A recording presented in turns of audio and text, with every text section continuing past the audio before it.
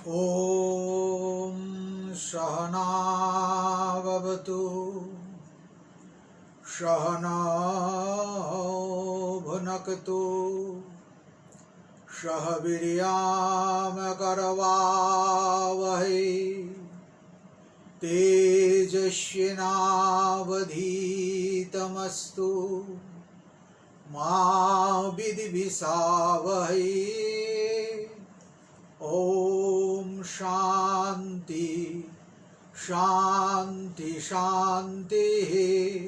हरिः ॐ तत्सत्। जननीं शारदां देवीं रामकृष्णां जगद्गुरुं पादपद्मे तयो श्रित्वा प्रणमामि मुहुर्मुहुः। শ্রী পঞ্চায়েতি আখাড়া মহানির্বাণীর অনুপ্রেরণায় পরমহংস মঠ ও মিশন ব্রহ্মময়ী কালীবাড়ির উদ্যোগে করুণাময়ী মা শারদা পেজের ব্যবস্থাপনায় প্রতি সোমবারে আমাদের এই মাতৃকথন আমরা এই 1 ঘন্টার সময়ে মায়ের দিব্য ভাবধারায় অবগাহন করবার পূর্ণ সুযোগ লাভ করি। শুধু মা নয়, মায়ের সঙ্গে শ্রী শ্রী ঠাকুরের পার্ষদদের এবং আধ্যাত্মিক বিভিন্ন কথানুষঙ্গ ঘুরে ফিরে চলে আসে আমাদের আলোচনার সূত্রে।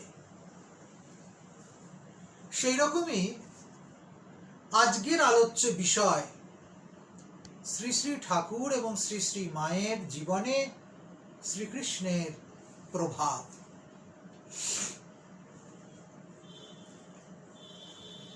আজকের বিষয় আজকের তিথি মাহাত্ম্যকে স্মরণ করে নির্ধারিত হয়েছে। আজ শ্রীকৃষ্ণ জয়ন্তী।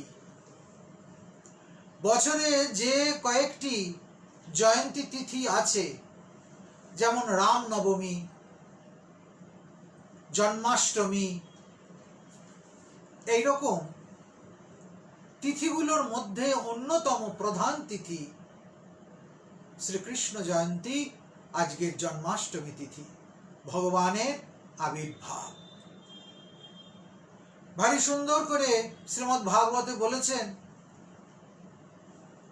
যিনি অরূপ তিনি রূপ পরিগ্রহ করে, যিনি নিরুপাধিক তিনি সোপাধিক হয়ে, যিনি বেদান্ত প্রতিপাদ্য নিরাকার ব্রহ্ম তিনি ধূলি ধূসরিত হয়ে যশোদা অঙ্গনে ঘুরে বেড়াচ্ছেন।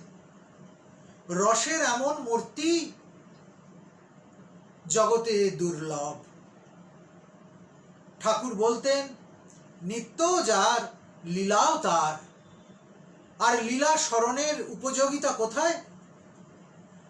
নিত্য আনন্দে থাকতে গেলে ভগবানের সঙ্গে নিজেকে সংযুক্ত করে রাখতে হয়। কারণ ভগবান হচ্ছে সচ্চিদানন্দ বিগ্রহ, যে প্রতিদিনের কথায় কাজে নিত্যকার যাপনে ভগবৎ সত্তার সঙ্গে নিজের সত্তাকে মিলিয়ে দিতে পারে না, সে নিত্য আনন্দ ধাম থেকে বিচ্যুত হয়। এই জন্য সাধুদের প্রয়াস, তারা যাই করে ভগবানকে জড়িয়ে নিয়ে করে, ভগবানকে সাথে নিয়ে করে, ভগবত তত্ত্বের সঙ্গে করে।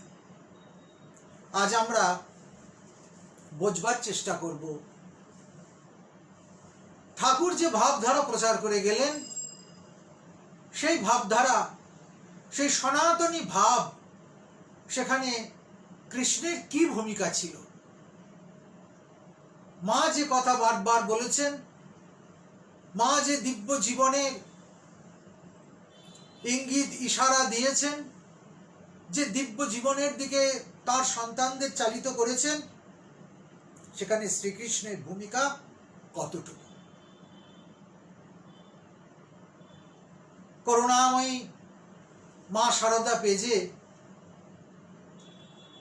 মায়ের প্রসঙ্গ ব্যতি রেখে অন্য ধর্ম প্রসঙ্গ করলে তো অপ্রাসঙ্গিক হয়। সেই জন্যই মায়ের কথা, ঠাকুরের কথাকে জড়িয়ে আজ আমাদের কৃষ্ণ কথার এই অভিনব প্রয়াস। আজকে শ্রীকৃষ্ণের জন্মতিথি। শুধু শ্রীকৃষ্ণের জন্মতিথি নয়, ভগবানের জন্মতিথির সঙ্গে সঙ্গে আজকে ভগবতীরও জন্মতিথি। এ কথা আমরা ভুলতে বসেছি। আজকে যোগমায়া জয়ন্তীও বটে, সে কথায় আমরা আসব। তার আগে আমরা দেখি শ্রীরামকৃষ্ণের জীবনে শ্রীকৃষ্ণের কি ভূমিকা ছিল। ঠাকুর নাম প্রিয় ছিলেন, হরি নামে জগৎ মাতিয়েছেন। বারবার তার সৎ প্রসঙ্গে, ভগবত প্রসঙ্গে উঠে এসেছে চৈতন্য দেবের কথা। তিনি চৈতন্য কথা বলতে, শুনতে, কীর্তন করতে ভারী ভালোবাসতেন। যখন তোতাপুরী স্বামীর সঙ্গে ঠাকুরের সাক্ষাৎ হয়েছে দক্ষিণেশ্বরে, ঠাকুর বেদান্তে সন্ন্যাস গ্রহণ করেছেন। একদিন তোতাপুরী মহারাজ দেখলেন ঠাকুর পঞ্চবটির তলায় বসে আপন মনে হরিনাম করছে। তোতাপুরী মহারাজ রহস্য করে বললেন, কেউ রুটি ঠকতে হো? আরে রুটি ঠকছো কেন? ঠাকুর বলে, দুঃশালা, তুই এর কি বুঝবি? আমি ভগবানের নাম করছি, আমি হরিনাম করছি, আমি রুটি ঠুকবো কেন? যারা বেদান্তি তারা রূপকে বিশ্বাস করে না, তারা অরূপের সাধন করে। কিন্তু ঠাকুর আমাদের রূপ এবং অরূপ দুয়ের সাধন দেখিয়েছেন। ঠাকুর বলছেন, হাততালি দিয়ে হরিনাম করলে মনের ভেতরের যত বাকশৃঙ্গ সব বেরিয়ে পড়ে, তখন ভগবানের দিকে মন যায়। তাই ঠাকুর নিত্য হরিনাম করতেন, হরিনাম শুনতে ভালোবাসতেন। কতবার ঠাকুর কলকাতার অনঙ্গমোহন হরিসভায় এসেছেন, সেখানে এসে কীর্তন শুনেছেন। এমনকি সেখানকার যে বিষ্ণু খট্টা তাতে অবস্থান করেছেন।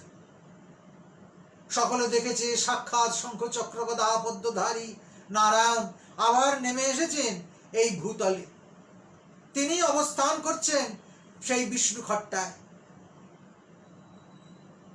শুধু তাই নয়, যখন কামারপুকুরে থাকতেন ঠাকুর খুব শুনতে ভালোবাসতেন দুটো জিনিস, এক যাত্রা, দুই কীর্তন। কোথাও কীর্তনের আসর হচ্ছে শুনলেই ঠাকুর সেখানে চলে যেতেন। যাত্রাপালা হচ্ছে শুনলে ঠাকুর চলে যেতেন। সেখানে গিয়ে পৌরাণিক যাত্রা ঠাকুর দেখতেন, খুব আনন্দ করতেন। নিজে একবার যাত্রায় শিব সেজেছিলেন। সেজে তার এমন ভাব, এমন সমাধিস্থ অবস্থা, সারা কামারপুকুরবাসী সেই দিব্য রূপ দেখে অবাক হয়ে গেছে। এমনি করে শ্রীরামকৃষ্ণ পরিমণ্ডলে, শ্রীরামকৃষ্ণ ভাবনায় বারবার ভগবান শ্রীকৃষ্ণের প্রেম, তার মাধুর্য লীলা, তার ঐশী সত্তার কথা ঘুরে ফিরে এসেছে। 1884 সাল 15ই জুন ঠাকুর এসেছেন সুরেন্দ্রের বাগানে। ঠাকুরের রসদ্দার যে সুরেন্দ্র মিত্র, তার বাগানে তিনি এসেছেন। সেখানে আজ কীর্তনের আসর বসেছে। কীর্তনিয়া গান ধরেছেন, সই কেবা শোনাইল শ্যাম নাম। ঠাকুর সেই গানে বিভোর হয়ে যাচ্ছে। এই পদ গাইবার পর কীর্তনিয়া আরেকটি নতুন পথ ধরছেন, মরিব মরিব সখী নিশ্চয় মরিব, কানু হেন গুণনিধি কারে দিয়ে যাব। ঠাকুর আখর দিচ্ছেন, কি অপূর্ব সেই সমস্ত আখর, মাতোয়ারা হয়ে গেছেন তাতে। কীর্তনিয়া গাইছেন, না পোড়ায় রাধা অঙ্গ, না ভাষায় জলে, দেখো অঙ্গ যেন পড়ে না গো। ঠাকুর আখর দিচ্ছেন, কৃষ্ণ বিলাসের অঙ্গ ভাষায় না গো। অভূতপূর্ব সমস্ত আখর মূল কীর্তনের পদের সঙ্গে মিলেমিশে গিয়ে যে অসাধারণ রসতরঙ্গের সৃষ্টি করছে, সেখান থেকে জাগরুক হয়ে উঠছে এক অভূতপূর্ব মধ্যযুগীয় কীর্তনের আবেশ। আমরা সরাসরি যেন ফিরে যাচ্ছি সেই দাপরে, যেখানে ভগবান তার গোপিনীদের নিয়ে লীলা করছেন। গোপিনীদের ভালোবাসা, তাদের প্রেম, তাদের বিরহ, তাদের আত্মদানশীল কৃষ্ণানুরাগ ঠাকুরকে প্রাণিত করছে নতুন যুগের ভক্তদের তৈরি করবার জন্য। তাদেরকে নিয়ে ঠাকুর এক দিব্য আনন্দের হাট বসাচ্ছেন সুরেন্দ্রের বাগানে। এই করতে করতে কীর্তনিয়া রাধারানীর দশম দশার কথা ব্যাখ্যা করছেন।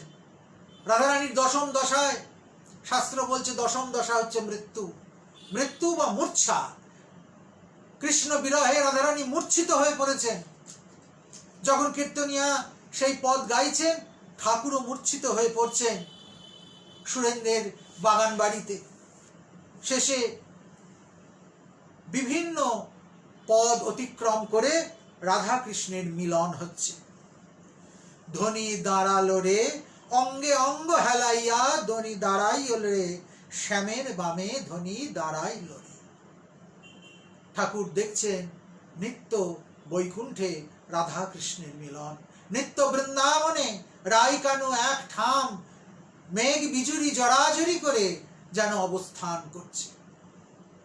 বারবার ঠাকুর এই ঈশ্বরীয় প্রেম, এই কৃষ্ণ প্রেম, গোপিনীদের এই নিঃস্বার্থ ভালোবাসার কথা উল্লেখ করেছেন ভক্তদের কাছে। তাদেরকে প্রাণিত করেছেন নূতন আধ্যাত্মিক জীবন তৈরি করতে। মা তো বৃন্দাবন দর্শনে গেছেন, বিশেষ করে কালাবাবুর কুঞ্জে গিয়ে মায়ের ভাব হয়েছে। সেখানে তিনি দেখতে পাচ্ছেন রাধা কৃষ্ণ এক ঠাম হয়ে মাকে দর্শন দিচ্ছেন। পরবর্তীকালে মা যখন গেছেন কাশীতে, সেইখানেও লালাবাবুর কুঞ্জ থেকে নারায়ণ বিগ্রহ এসে মাকে দিব্য দর্শন দিয়েছেন, মাকে উপদেশ করেছেন। সে কথা আমরা গত এপিসোডে আলোচনা করেছি। এমনি করে আমরা দেখতে পাচ্ছি শ্রীকৃষ্ণ প্রেম শ্রীরামকৃষ্ণ সারদা ভাবধারার সঙ্গে অনুস্যূত ফল্গু ধারার মতো বহমান থেকেছে। মাও হরিনাম প্রিয় ছিলেন, মাও হরিনাম করতে ভালোবাসতেন। কোথাও গেলে সেখানকার গোবিন্দ মন্দির পেলে মা সেখানে পূজা দিতেন, এবং যখনই সৎপ্রসঙ্গ উঠত মা মাঝে মাঝেই গোবিন্দের কথা সেখানে বলতেন। ভাগবত কথা মা শুনতে ভালোবাসতেন, কীর্তন শুনতে ভালোবাসতেন। ঠাকুর দক্ষিণেশ্বরে থাকাকালীন প্রথম যুক্ত হয়েছিলেন রাধাকৃষ্ণের সেবায়। ফলে শ্রীরামকৃষ্ণ ভাবধারার সঙ্গে এই উচ্চ আধ্যাত্মিক কৃষ্ণ প্রেম মিলেমিশে একাকার হয়ে গেছে। বারবার ঠাকুর শ্রীকৃষ্ণকে স্মরণ করেছেন, ভারতাত্মা কৃষ্ণের ভাবে ভক্তদেরকে তিনি অনুপ্রাণিত করেছেন নতুন আধ্যাত্মিক জীবন তৈরির জন্য। আজকে সেই কৃষ্ণের জন্মতিথি কৃষ্ণাষ্টমী। ভাদ্র মাস, সিংহ লগ্ন, সিংহ রাশি। এই সময় সূর্য রবি অবস্থান করছেন সিংহ রাশিতে। নক্ষত্র রোহিণী, পক্ষ কৃষ্ণ। কৃষ্ণপক্ষের অষ্টমী তিথি ভারী রহস্যময়। এমনিতেই ৮ সংখ্যাটাকে বলা হয় ম্যাজিক্যাল ফিগার। ৮ সংখ্যাটা ঠিক ১৬র মধ্যবর্তী। যে ১৬ আনায় পূর্ণ হয় সবকিছু, তার অর্ধেকে এসে দাঁড়িয়ে যায় ৮ সংখ্যায়। ৮-এর কে দ্বিগুণ করলেই হয় ১৬। এই ভরা ভাদরে, মাহ ভাদরে তিনি এসেছিলেন। তিনি যখন এসেছিলেন, কেউ তাকে স্বাগত জানায়নি, শঙ্খ বাজেনি, হলুধ্বনি হয়নি। এসেছেন নীরবে, নির্ভীতে, কারাকক্ষে, প্রায়ন্ধকার কারাকক্ষে। কারাকক্ষের বাইরের বজ্র নিনাদে বেজে উঠেছে দিব্য জগতের দুন্ধুবিনাদ, আর তাতেই সেই মহামানব অবতীর্ণ হয়েছেন এই ধূলি ধূসরিত ধরায়। কেউ প্রদীপ জ্বেলে তাকে বরণ করে নেয়নি, আপন অঙ্গ ছটায় দিক বিদিক তিনি উদ্ভাসিত করেছেন। কোথাও ত্রস্ত নূপুরের ধ্বনি ওঠেনি, শৃঙ্খলিত পিতামাতার শৃঙ্খলের ঝঞ্ঝনিতেই সেই অনাগত ভবিষ্যতের মুক্তির ধ্বনি ঝঙ্কৃত হয়ে উঠেছে। তিনি এসেছেন অপমানিত পৃথিবীতে, অপমানিত ধূলিসজ্জায়, কারার অন্ধকারে, কারাগারের অবরুদ্ধ কক্ষে তিনি তার বিজয় বার্তা, আগমন বার্তা ঘোষিত করে দিয়েছেন। চারিদিক মোহ আবরণে ঢেকে গেছে। দুর্বৃত্তের পাহারাদারেরা মোহনিদ্রায় অচেতন হয়ে পড়েছে, আর আমরা তারই মধ্যে দর্শন করেছি সেই দিব্য পুরুষকে।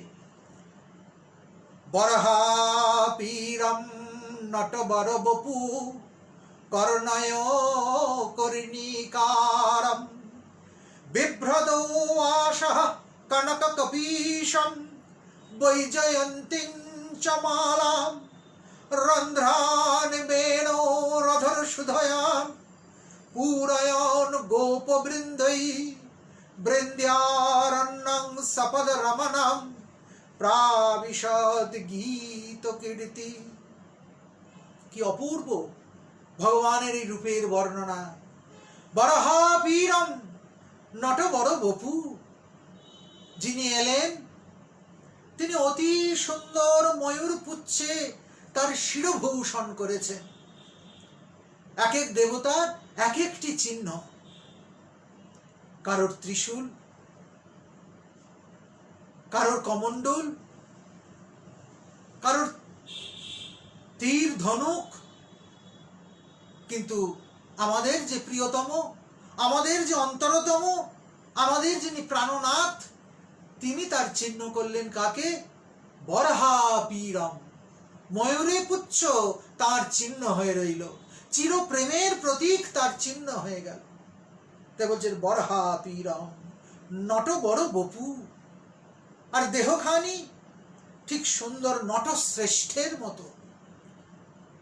শ্রেষ্ঠ অভিনেতার অঙ্গ প্রত্যঙ্গ সমস্তটা যেমন মাপা, মনে হয় দূর থেকে দেখলে কোনো পটু অঙ্কন শিল্পী তার দক্ষ তুলির টানে যেন নির্মাণ করেছে এই রূপ লাবণ্যের খনিখানি। ঠিক সেই রকম নটবর বপু। বিভ্রত কর্ণয় কর্ণিকারম, কর্ণয় দুটি কানে, কর্ণিকারম কলকে ফুল, কিন্তু একটি কলকে ফুল। এটা কিরকম হলো? দুটো কানে একটা কলকে ফুল কিরকম? সখাদের তিনি দেখাচ্ছেন একটা কলকে ফুল একটা কানে গুজে, যারা এদিকে আছে তাদের বলছে দেখ তো কেমন লাগে, যারা ডান দিকে আছে তারা বলছে খুব সুন্দর, দারুণ দারুণ। আবার ওই ফুলটাই নিয়ে আর একটি কানে দিয়ে বাঁ দিকে যারা দাঁড়িয়ে রয়েছে তাদের বলছেন এবার তোরা দেখ তো কেমন লাগে। তিনি যে নিত্য আনন্দময়, তার কত ছলা কলা, তার কত আনন্দের লীলা, তিনি তার সমস্ত সখাদের নিয়ে গোঠে তার লীলা করছে, গোষ্ঠ লীলা করছে, তারই ইঙ্গিত, তারই ইশারা, কর্ণয় কর্ণিকার বিভ্রত বাসা কনক কপীশম বৈজয়ন্তীঞ্চ মালাম।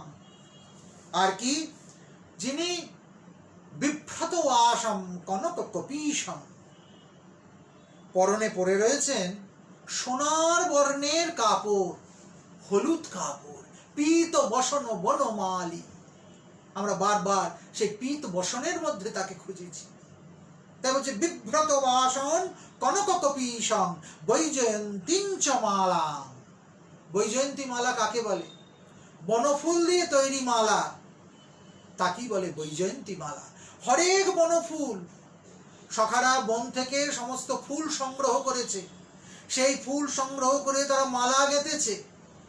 যে মালা না দোলাতে আপনি দোলে, যা কৃষ্ণ অঙ্গে সমর্পিত হলে আপনি দুলতে থাকে, সেই বৈজয়ন্তী মালা তার গলায়। রন্ধ্রান বেনো রধয় সুধয়া। আর কি, হাতে বেনু ধরা রয়েছে, এটি চিহ্ন তার। আর সেই বেনুকে কি দিয়ে তিনি পূর্ণ করছেন? অধর সুধয়া, বেনুর মুখ চুম্বন করছেন। বেনু গীত আছে, রাধারানী ঝগড়া করছেন কার সঙ্গে? বেনুর সঙ্গে। কেন বেনুর সঙ্গে ঝগড়া করছে? বলছে বাঁশি তুই দেখতে সরল, কিন্তু তোর চেয়ে কুটিল আর কেউ নেই। তুই দেখতে সরল আর উগারিস অনল। তুই দেখতে সরল হলে কি হবে? তুই তো গরল উদ্গীরণ করিস। কেন, যখনই বাঁশি বাজছে তখন আর রাধারানীর নিত্য কর্ম হচ্ছে না। হয়তো তিনি রান্না করছিলেন, হয়তো তিনি জল ভরতে গেছেন, হয়তো কোনো গৃহকাজে আছেন, জটিলা কুটিলা শাশুড়ি ননদি সংসারে রয়েছে, যখন তখন বাঁশি বেজে উঠছে।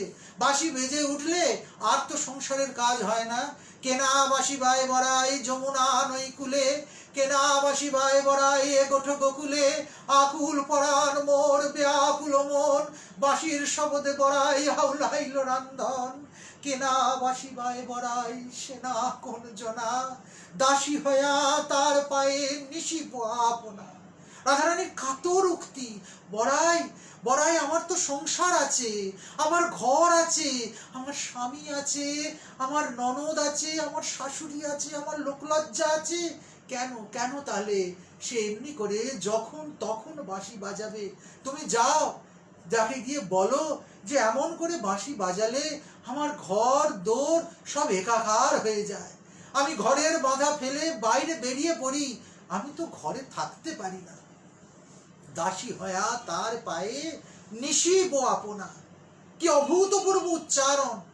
যে তাকে বলো আমি দাসী হয়ে তার চরণেই থাকবো, কিন্তু সে বাঁশি থামাক, এমন সময়ে অসময়ে সে বাঁশি যেন না বাজে। তাই বলছে বাঁশি তুই দেখতে সরল, কিন্তু তুই উগারিস গরল। আর একটা গুণ আছে বাঁশি। রাধারানী আরো একটা কারণে বাঁশির সঙ্গে হিংসা করছে।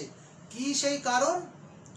বলছে আমি কত আকাঙ্ক্ষা করে তবে আমার প্রাণ বধূয়ার মুখচুম্বন একটু লাভ করতে পারি, আর তুই সব সময় তোকে তিনি মুখে করে রেখেছেন, সব সময় তুই তার অধর সুধা পান করছেন। রন্ধ্রান বেনুন অধর সুধয়া পুরয়ন গোপবৃন্দৈ। তাই বলছে যদি ভগবানকে পেতে হয় তাহলে বাঁশির মতো সরল হতে হবে। যে সরল হতে পারে না সে ভগবানকে পেতে পারে না। আর যে সরল হয়, বাঁশি বাঁশের তৈরি হলে কি হবে? সে সরল বলে ভগবান তাকে নিজ অধরে স্থান দিয়েছেন। অধরামৃত স্পর্শ করিয়ে বাঁশির জীবন তিনি ধন্য করে দিয়েছেন।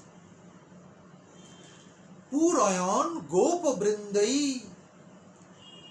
গোপবৃন্দের দ্বারা তার এই মহিমা কীর্তিত হচ্ছে। এবং তিনি কোথায় প্রবেশ করছেন? বৃন্দারণ্যাং সপদ রমণাং প্রাবিশদ গীত কীর্তি। যার কীর্তি আমরা গাইছি তিনি এইবার প্রবেশ করছেন বৃন্দাবনে। সেই বৃন্দাবন কোন বৃন্দাবন?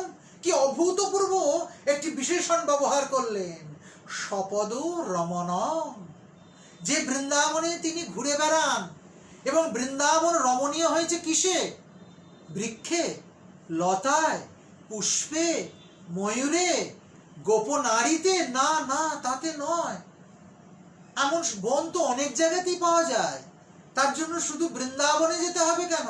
এমন বন অনেক অনেক জায়গায় মিলবে। বৃন্দাবনের চেয়েও সুন্দর বন অনেক জায়গায় পাওয়া যাবে। তাহলে বৃন্দাবনই কেন? তার কারণ আছে।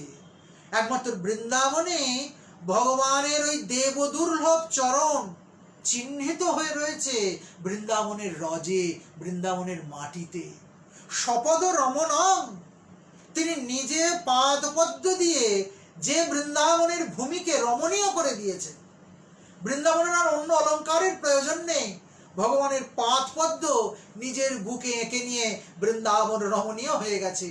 সমস্ত সাধকের কাছে, সমস্ত প্রেমিকের কাছে, সমস্ত চির অন্বেষু প্রেম ভিখারি মানুষের কাছে বৃন্দাবন চিরকালের জন্য স্বাতন্ত্র চিহ্নিত হয়ে গেছে। কেন? বৃন্দাবনের বুকে ভগবানের ওই দেবদুর্লভ চরণ চিহ্ন অঙ্কিত হয়ে গেছে। তাই বলছেন সপদ রমণম, তিনি নিজের পদচিহ্নের দ্বারা যে ভূমিকে রমণীয় করেছেন, সেই ভূমিতে তিনি ধীরে ধীরে প্রবেশ করছেন। শ্রীকৃষ্ণের প্রবেশ, তার জন্ম, তার আবির্ভাব এক অভূতপূর্ব বিষয়। তিনি আবির্ভূত হয়েছেন। কোথায় আবির্ভূত হয়েছেন? শ্রীমদ্ ভাগবতে দশম স্কন্ধে তিনি আবির্ভূত হয়েছেন। তার আগে 9টা স্কন্ধ জুড়ে অন্য কথা। হরকি-পৌরীর ঘাটে ব্রহ্মশাপগ্রস্ত মহারাজা পরীক্ষিত বসেছেন তার জীবনের শেষ 7টা দিন কাটাবার জন্য। প্রশ্ন করেছেন যে আচ্ছা, আপনারা বলতে পারেন কিং কর্তব্য মুমূর্ষূণাং, যে মরছে তার কি কর্তব্য? এই থেকে শুরু হচ্ছে ভাগবত কথা। এটা শুধু পরীক্ষিতের জিজ্ঞাসা নয়, এটা আমাদের প্রত্যেকের জিজ্ঞাসা। এই জিজ্ঞাসা জাগে না বলেই মানুষ দেবতা হতে পারে না। মানুষ জানোয়ার থেকে আরো অধিকতর নিম্নমার্গের জানোয়ার হয়ে যায়। এই প্রশ্নটা তার মনে জাগে না। কিং কর্তব্য মুমূর্ষূণাং, যে মরছে তার কি কর্তব্য? পরীক্ষিত তাও জানতেন যে তার হাতে আর 7টা দিন সময় আছে। ফলের ভিতর থেকে এসে তক্ষক নাগ তাকে দংশন করবে। তক্ষকের দংশনে তিনি প্রাণ হারাবেন, কিন্তু তার আগে তার হাতে 7টা দিনের সময়।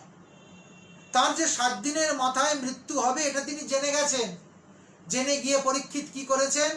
তার রাজ্য, তার রাজত্ব, তার রাজকীয় বেশ বাস, আত্মীয় পরিজন সব ত্যাগ করেছেন। যে মরতে বসেছে তার এসবে আর কি হবে? চলে এসেছেন তিনি হরকি-পৌরীর ঘাটে, হরিদ্বার, যেখানে কুম্ভের মেলা লাগে। সেই হরকি-পৌরীর ঘাটে তিনি এসেছেন। এসে শান্ত চিত্তে বসে আছেন আর প্রশ্ন করছেন যে আপনারা বলতে পারেন কিং কর্তব্য মুমূর্ষূণাং, যে মরছে তার কি কর্তব্য? কি করলে আমার এই 7টা দিন সার্থক হতে পারে? আমার সারাটা জীবন সংসারে চলে গেল, সংসারের দুঃখে, সংসারের কষ্টে, সংসারের যন্ত্রণায়, সংসারের যাতনায় আমার চলে গেছে। এমন কেউ আছেন তিনি বলতে পারেন কি করলে আমার এই জীবনের শেষ 7টা দিন আমি সার্থকভাবে ব্যয় করতে পারি? এসে হাজির হলেন সেখানে আজন্ম ব্রহ্মচারী, বাল ব্রহ্মচারী সুখদেব গোস্বামী পাদ। কে সুখদেব গোস্বামী পাদ? তিনি হচ্ছেন ব্যাসদেবের পুত্র। এই সেই ব্যাসদেব যিনি বেদকে বিভাগ করেছেন, 18টা পুরাণ লিখেছেন, 36টা উপপুরাণ লিখেছেন, মহাভারত রচনা করেছেন, করেও তার মনে শান্তি নেই। তিনি বসে আছেন আর ভাবছেন আমার মনে শান্তি নেই কেন? আমি তো সব পেয়েছি, আমার নাম হয়েছে, আমার খ্যাতি হয়েছে, আমার কিছুর অভাব নেই, কিন্তু কেন আমার মনে শান্তি নেই, কেন শান্তি নেই কেন? সেইখানে এসে হাজির হলেন দেবর্ষি নারদ। নারদকে জিজ্ঞেস করলেন ব্যাসদেব, হে দেবর্ষি, আপনি বলতে পারেন আমার মনে শান্তি নেই কেন?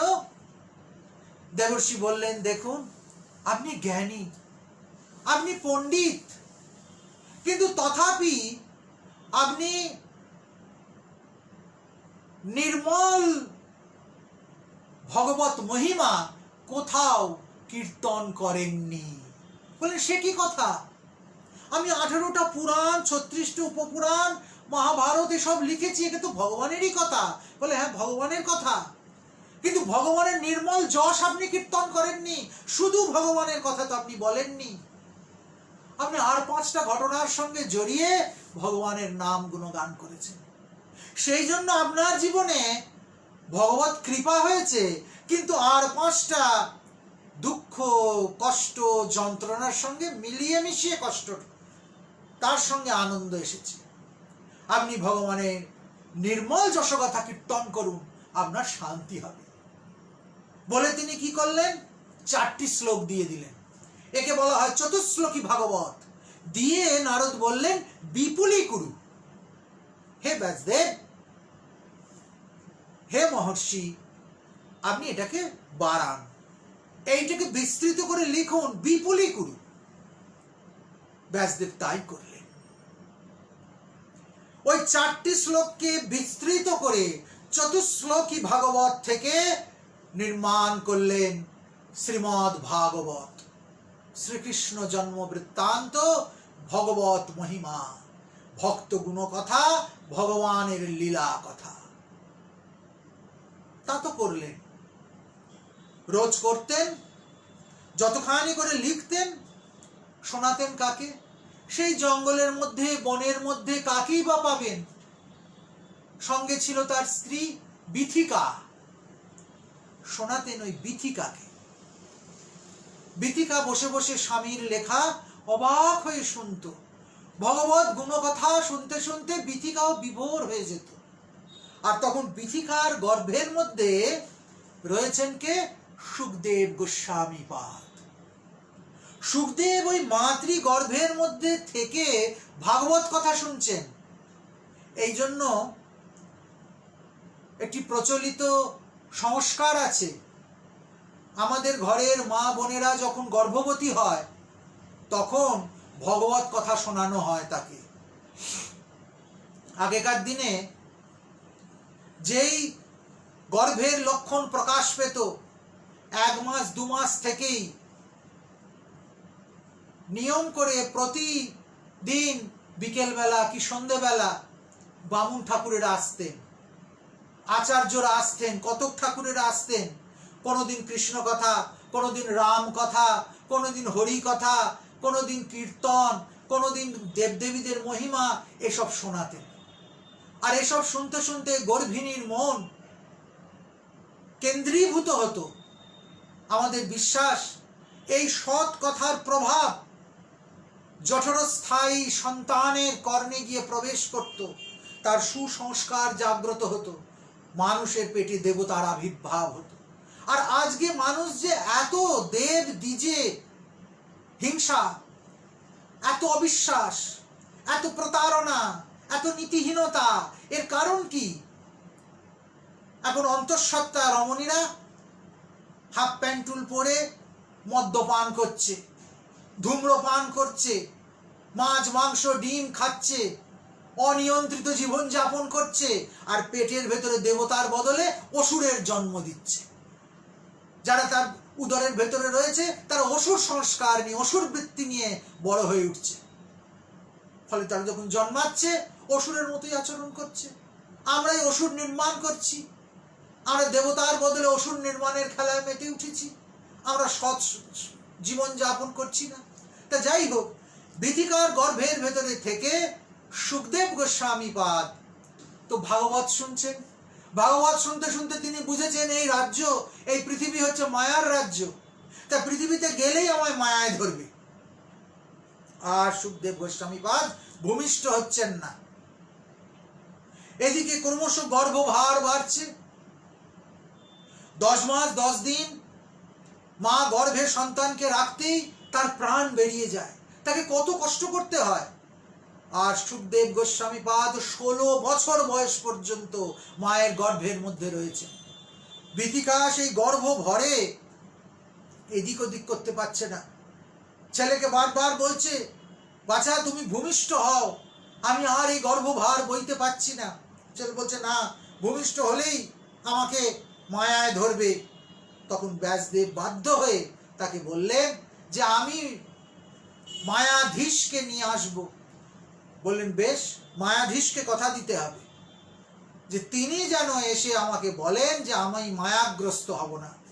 ভগবান কথা দিলেন, বাবা তুমি পৃথিবীতে চলে এসো, তুমি ভূমিষ্ঠ হও, আমি বলছি তোমাকে মায়া ধরবে না। মায়াধীশের কাছ থেকে, স্বয়ং শ্রীকৃষ্ণের কাছ থেকে এই প্রতিশ্রুতি পেয়ে সুখদেব গোস্বামী পাদ এই পৃথিবীতে অবতরণ করলেন। এই সেই সুখদেব গোস্বামী পাদ। তারপরে একটি অভূতপূর্ব ঘটনা এই কথা প্রসঙ্গে এসে যাচ্ছে। তিনি তো এলেন, কিন্তু ভূমিষ্ঠ হওয়ার পরই 16 বছরের বালক, নগ্ন দেহ, মাথায় জটা জুটো, বলিষ্ঠ শরীর, মাকে চিনল না, বাবাকে চিনল না, আপন মনে বনের দিকে হেঁটে চলে যেতে লাগলো।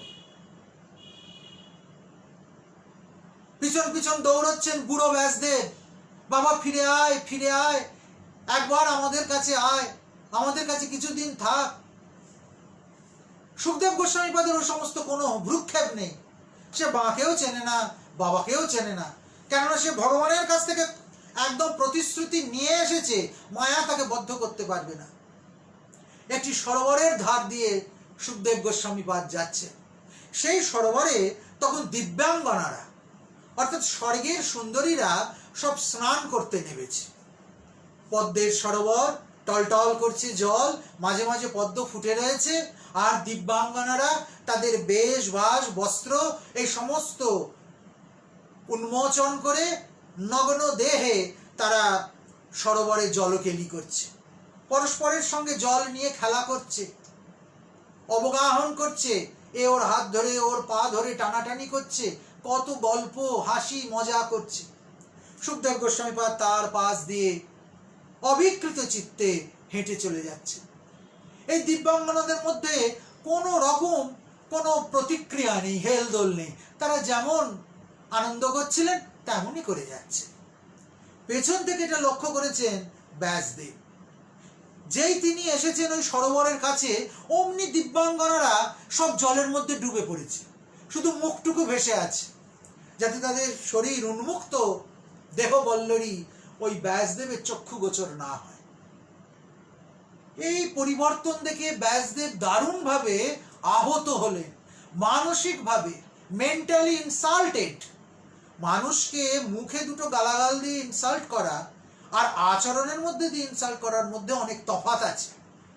কেউ যদি কাউকে ইনসাল্ট করে এবং সেটা যদি আচরণের মধ্যে দিয়ে প্রকাশ পায়, তাহলে সেই অপমানটা অনেক বেশি গিয়ে বেঁধে। ব্যাসদেবেরও তেমন হয়েছে। ব্যাসদেব দাঁড়িয়ে পড়লেন, দাঁড়িয়ে পড়লে বলছেন, শোনো মায়েরা, আমার যুবক ছেলে, উলঙ্গ হয়ে 16 বছরের যুবক ছেলে এখান দিয়ে হাঁটতে হাঁটতে চলে গেল, তোমাদের কোনো বিকার হলো না। আমি দূর থেকে দেখছি, তোমরা যেমন জলকেলি করছিলে তেমন করছিলে, তোমরা কিছু লজ্জাও পেলে না, বিরাবনতও হলে না। আর আমি বৃদ্ধ, আমি জীবনের শেষ প্রান্তে এসে পৌঁছেছি, আমাকে দেখে তোমাদের এত লজ্জা। তখন একজন দিব্যাঙ্গনা জল থেকে একটু মুখটা তুলে বললেন, ব্যাসজি, আপনার কথা সত্য। আপনার ছেলে নবযুবক, 16 বছরের ষোড়শবর্ষীয় যুবক, সে নগ্ন হয়ে এখান থেকে যাচ্ছে, আমরাও নগ্ন হয়ে এখানে জলে স্নান করছি।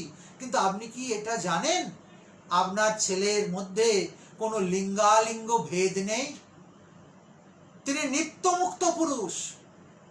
কোনটা স্ত্রী শরীর আর কোনটা পুরুষ শরীর এই জ্ঞান তার নেই, তিনি মুক্ত পুরুষ।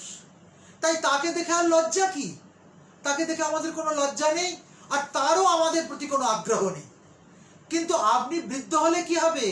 আপনি তো গৃহস্থ, আপনার স্ত্রী শরীর এবং পুরুষ শরীরের ভেদ জ্ঞান আছে। আপনি স্ত্রী শরীর ভোগ করেছেন, করে পুত্রের জন্ম দিয়েছেন, সেই জন্য আপনি বৃদ্ধ হলেও আপনাকে দেখে আমাদের লজ্জা। আপনার কাছ থেকে আমরা দেহ লুকিয়ে রেখেছি। এই সেই ভাগবত পাঠ সুখদেব গোস্বামী, যে সুখদেব গোস্বামী বললেন, হ্যাঁ আমি জানি কিং কর্তব্য মুমূর্ষণাং, যে মরছে তার কি করা উচিত। কি করা উচিত? পরীক্ষিত জিজ্ঞেস করছেন, হে রাজন, আপনি ভগবত লীলা, ভগবত গুণগান আপনি শ্রবণ করুন। ভগবানের নাম গুণগান শ্রবণ করলেই কেবলমাত্র আপনার জীবন সার্থক হতে পারে, ধন্য হতে পারে। এই জীবনের শেষ 7টা দিন আপনি হেলায় নষ্ট হতে দেবেন না। পরীক্ষিত তাও জানতো যে তার জীবনে আর 7টা দিন মাত্র আছে, কিন্তু আমরা কি জানি আমাদের জীবনের আর কটা দিন আছে? আজকে আমাদের এই সৎকথা শ্রবণ শেষ হবে কি হবে না, তার আগেই আমরা ভূমিকম্পে মাটি চাপা পড়ে যাব কিনা, অগ্নিদাহে প্রাণ হারাবো কিনা, কোনো দিব্য বিপদ, কোনো দৈহিক বিপদ, কোনো আত্মিক বিপদ, কোনো ত্রিতাপ জ্বালা নেবে আসবে কিনা আমরা কি জানি? আমরা জানি না, তবু আমরা উদাসীন। খুব সুন্দর ধর্মবক যখন জিজ্ঞাসা করেছিলেন যুধিষ্ঠিরকে, আচ্ছা যুধিষ্ঠির, তুমি বলো তো এই জগতে সবচেয়ে আশ্চর্য বস্তু কি, সবচেয়ে আশ্চর্য কি? যুধিষ্ঠির দারুণ একটি উত্তর দিয়েছিলেন। বলছে, সবচেয়ে আশ্চর্য কি জানেন? গচ্ছন্তি যম মন্দিরম, মানুষ প্রতিদিন যমের বাড়ি যাচ্ছে, আমরা দেখতেও পাচ্ছি। বলো হরি হরি বল, রাম নাম সত্যায় করতে করতে মানুষ যমের বাড়ি চলে যাচ্ছে। কিন্তু তবু আমরা কি মনে করছি আমরা মরবো না, আমরা চিরকাল বেঁচে থাকবো, আমাদের যৌবন অটুট থাকবে, আমাদের ভোগ বাসনা অটুট থাকবে, আমরা দিব্যি জীবন যাপন করব। এইটি হচ্ছে সবচেয়ে মজার কথা। আমরা নিয়ত মরছি, কিন্তু মৃত্যুকে অস্বীকার করছি। সেই জন্য সদা সর্বদা ভগবত গুণগান করতে হয়। কেন? আমরা জানি না আমাদের হাতে আর কটা দিন সময় আছে, কত ঘন্টা সময় আছে, কটা মিনিট সময় আছে, কটা সেকেন্ড সময় আছে, আমরা জানি না। পরীক্ষিত তাও জানতো 7 দিন আছে, আমাদের হাতে 7 মিনিট আছে কিনা আমরা জানি না। তবু আমরা সংযত হই না, তবু আমরা ভগবানের নাম গুণগান করি না, তবু আমরা ভগবানের চরণে নিজেকে সমর্পণ করবার কথা মনের ভেতরেই নিয়ে আসি না।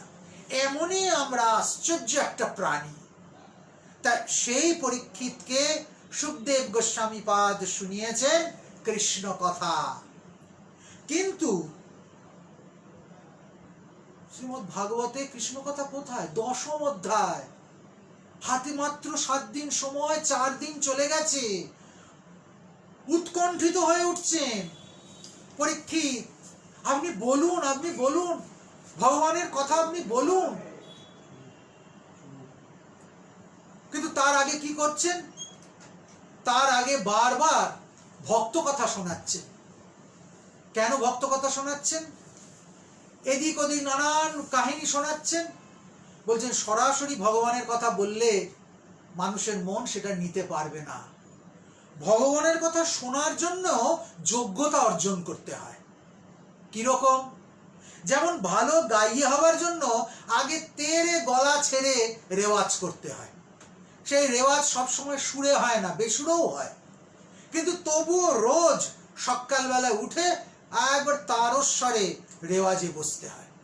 যখন রেওয়াজ করে গায়ক তখন সে তার মজা পায় না, কিন্তু যখন আলাপ করে, সুরে সুরে আলাপ হয় যখন, তখন তার মজা হয়। রেওয়াজ না করলে আলাপ জমে না, সেই জন্য রেওয়াজ করতে হয়। ভক্ত কথা শুনিয়ে শুনিয়ে শুনিয়ে শুনিয়ে মনের ময়লাগুলো দূর করছেন। গুরুর কর্তব্যই তাই। উত্তম গুরুকে ঠাকুর বলছেন, দেখো 3 রকমের গুরু হয়। উত্তম বৈদ্য, মধ্যম বৈদ্য, অধম বৈদ্য। বৈদ্য মানে ডাক্তার। একরকম ডাক্তার হয়, তার কাছে রুগী গেল, সে সবকিছু শুনলো, আর এখন করোনা কালে যেমন হচ্ছে ফসফস করে লিখে প্রেসক্রিপশন দিয়ে দিল, দূর থেকে দেখে নিল, এমনকি ফোনে ডাক্তারি হয়ে গেল, ফোনে শুনে বলে দিল আপনি এই ওষুধ খান, সেই ওষুধ খান, এই করুন সেই করুন। এইবার সেই রুগী ওষুধ খেলো কি খেলো না, তার রোগ সারলো কি সারলো না, ডাক্তারের বয়ে গেছে। সে অনলাইনে পয়সা জমা নিয়ে নিয়েছে, খেল খতম, পয়সা হজম। এ হচ্ছে অধম বৈদ্য।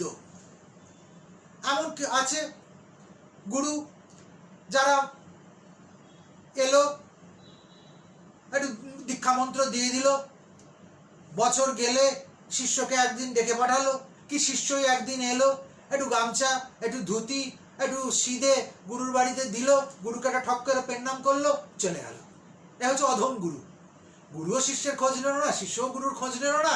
এক বছর এলো লাল পেরে শাড়ি নিয়ে গুরুমার জন্য, দেখছে গুরুমা সাদা থান পরে বসে আছে, গুরু যে কবে সাদা মরে গেছে সেই হদিস নেই শিষ্যে। এইরকম, এ হচ্ছে অধম গুরু। মধ্যম গুরু কিরকম?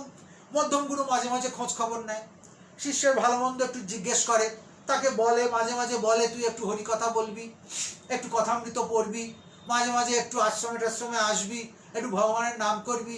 এ হচ্ছে মধ্যম গুরু। তাতে শিষ্য দেখে যে যাই হোক, আমি যদি ভগবানের নাম না করি গুরুদেবের মুখ ভার হয়, আমি যদি মঠ মিশন আশ্রমে না আসি তাহলে মাঝে মাঝে আমার কাছে চিঠি যায়, ডোনেশন চায়, এটা ওটা। আর যাক, একটা সমাজে থাকতে গেলে কিছু দিতে হয়, একটু ডোনেশন মাঝে মাঝে দিয়ে দিল, মাঝে মাঝে একটু পেয়ারে এসে বসলো, মাঝে মাঝে একটু কথামৃত শুনলো, শুনে দু একটা কথা একটু পালনের চেষ্টা করলো, কতটা পালন করতে পারলো, কতটা হলো না, কতটা হলো, এই সব মিলিয়ে মিশিয়ে চলে হচ্ছে মধ্যম গুরুর লক্ষণ। আর উত্তম গুরুকে, উত্তম বৈদ্যকে ঠাকুর বলছে যে এসে একদম হাঁটু দিয়ে রুগীর বুকের ওপর চেপে বসলো, তুই ওষুধ খাবি না? খাবি না মানেটা কি? হাঁ কর, তোকে ওষুধ খাইয়েই ছাড়বো। একবারে মুখ হাঁ করে ওষুধ ঢেলে দিল। শুধু ওষুধ ঢেলে দিচ্ছে তাই নয়, দাঁড়িয়ে রইল, যতক্ষণ না রোগ সারে ততক্ষণ সে যাবে না। রোগ সারিয়ে সুস্থ করে ওষুধ দিয়ে পথ্য দিয়ে আবার সচল করে তবে তার ছুটি। এই হচ্ছে উত্তম গুরুর লক্ষণ। এই উত্তম গুরু না হলে ঈশ্বর প্রাপ্তি হওয়া খুব মুশকিল। উত্তম গুরুর বড় যন্ত্রণা, সে দেখে জীবের যন্ত্রণায় সে নিজে কাতর হয়ে বসে আছে। সেই জন্য 9টা স্কন্ধ জুড়ে শুধু ভগবত কথা, ভক্তের কথা। ভগবানের কথা তো পরে আসবে, আগে ভক্তের কথা, ভক্তের কথা বলে বলে বলে বলে 10ম স্কন্ধ যখন এসেছে, যখন খিদে অত্যন্ত বেড়ে উঠেছে, 4টে দিন অতিবাহিত হয়ে গেছে, হাতে আছে আর 3 দিন, পরীক্ষিত হাত জোর করে বলছে এইবার আমায় শোনান ভগবানের কথা, আমি আর না শুনে থাকতে পাচ্ছি না। তখন কি বলছেন? কথিত বংশ বিস্তার ভবতা সমসূর্জয় রাজ্ঞাঞ্চ ভয়বংশান্যাং চরিতাং পরমাদ্ভুতাং যদস্য ধর্মশীলস্য নিতরাং মুনিষত্তম তত্রাংশেন অবতীর্ণস্য বিষ্ণুর বীর্যানি সংসনা। ভাগবতের 10ম স্কন্ধের প্রথম 2টি শ্লোক কি বলছেন? পরীক্ষিত ব্যাকুল হয়ে বলছেন, হে ভগবৎ সত্যম, আমি ব্যাকুল হয়েছি। হে মুনি শ্রেষ্ঠ, আপনি চন্দ্র এবং সূর্য বংশের রাজাদের কথা এই 3 দিন ধরে বিস্তারিত ভাবে বলেছেন। এই চন্দ্র বংশে ধর্মাত্মা যদুর কথা আপনি বলেছেন। এই যদু বংশে ভগবান রাম, ভগবান কৃষ্ণ অবতীর্ণ হয়েছে। আপনি তাদের জন্মগ্রহণের বৃত্তান্ত আমাকে বলুন, আমি শুনে জীবন সার্থক করি। ভগবান শ্রীকৃষ্ণ রূপে অবতীর্ণ হয়ে যে অভূতপূর্ব লীলা করেছেন, সেই লীলা আমি শুনতে বাঞ্ছা করি।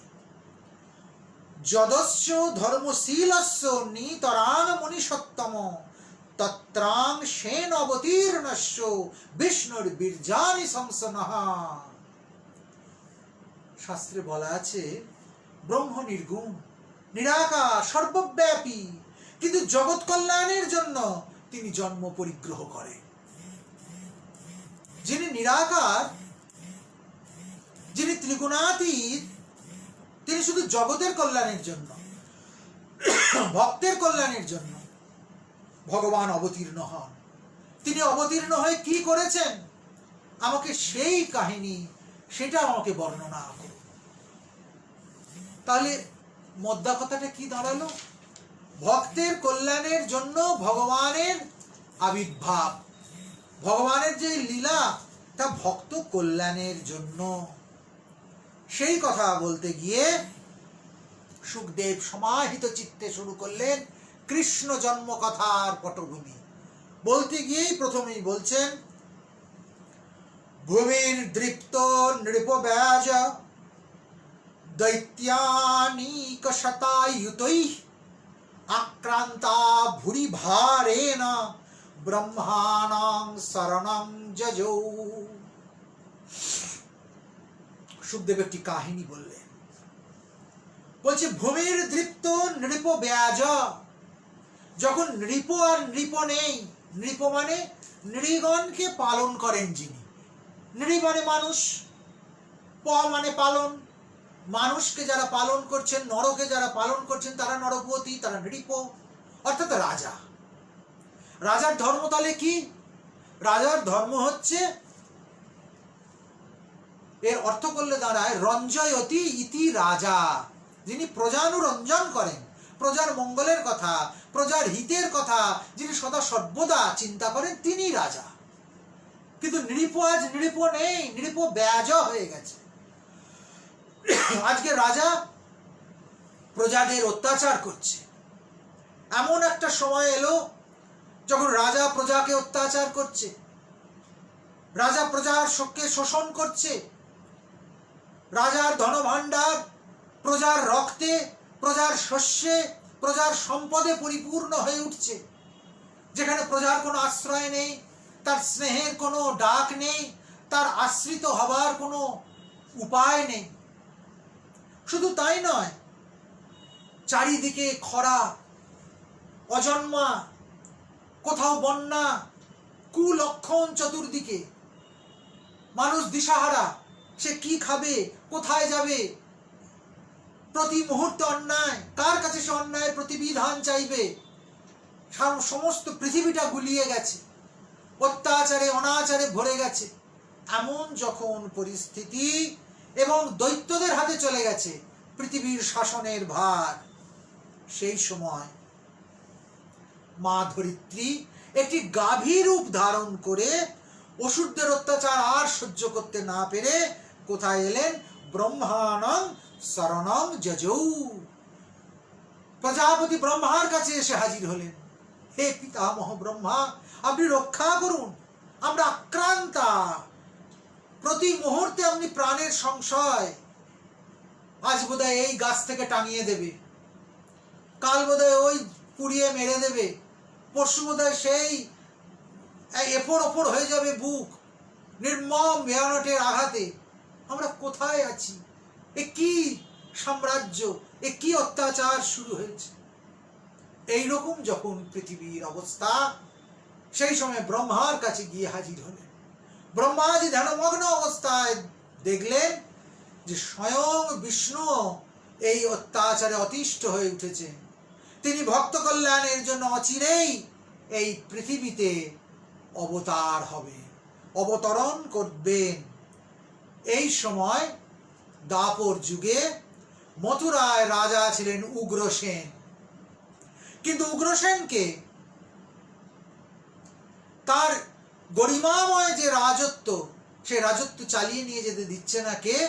না তার কিছু দুর্বৃত্ত অনুচরেরা। কিন্তু উগ্রসেন যথাযথভাবে রাজ্য পরিচালনা করছে। উগ্রসেনের কন্যা হচ্ছে দেবকী, পুত্র হচ্ছে কংস। দেবকী যথাসময় বয়ঃপ্রাপ্তা হলে তার সঙ্গে বিয়ে দেওয়া হলো কার? বসুদেব। বসুদেব এবং দেবকীর বিবাহ হয়েছে। পরের দিন মেয়েকে অশ্রু জলে বিদায় দিয়েছে মথুরাপুরবাসী। এগিয়ে এসেছে কংস, তার প্রাণের চেয়েও প্রিয় এই ভগ্নী। কংস এসে সারথীকে সরিয়ে দিয়েছে রথ থেকে, বলছে আমি নিয়ে যাব বোনকে শ্বশুর বাড়ি,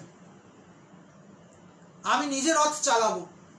কংস উঠে বসেছে রথের উপরে। রথ খানিক দূর এগিয়েও গেছে, রাজবাড়ি থেকে, রাজ প্রাঙ্গণ থেকে রাজপথ বেয়ে এগিয়ে যাচ্ছে রথ। হঠাৎ সেই সময় দৈববাণী হলো, বলে আরে মূর্খ কংস, আজকে এত আদর করে যে বোন আর ভগ্নিপতিকে তুই নিয়ে যাচ্ছিস, এই বোনের অষ্টম গর্ভে যে জন্মাবে সে তোর মৃত্যুর কারণ হবে। অষ্টাষ্টম গর্ভ হন্ত্যা ইয়া বহসে অবুধা।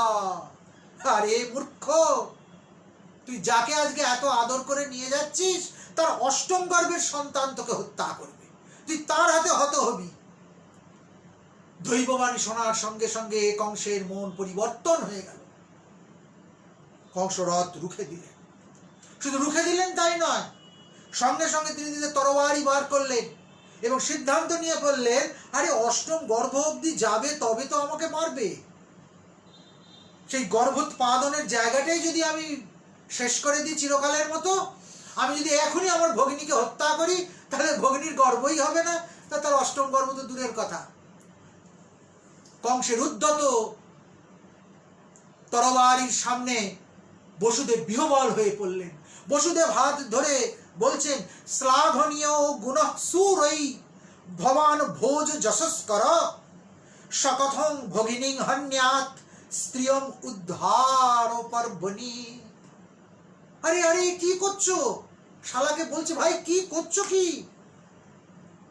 তুমি শ্লাঘনীয় গুণ, তোমার অনেক পরিচিতি আছে, তোমার অনেক গুণ আছে ভাই, তুমি কি আজকে হত্যার লীলায় মেতে উঠছো? ভোজ যশস্কর, তোমার বংশ তোমার যশের জন্য ক্রমশ কীর্তিমান হয়ে উঠছে।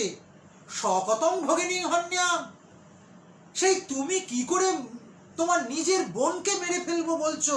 স্ত্রীয়ম উদ্বাহ পর্বণি, বিশেষ করে বোনের বিয়ের দিন, এই বিয়ের সভায় সবাই উপস্থিত, এখানে তোমার আত্মীয় স্বজন, আমার আত্মীয় স্বজন, সারা পৃথিবীর মানুষ এখানে এসে জড়ো হয়েছে, তুমি তার সামনে তোমার নিজের বোনকে হত্যা করে ফেলবে? আরে ভাই তুমি কি পাগল হলে?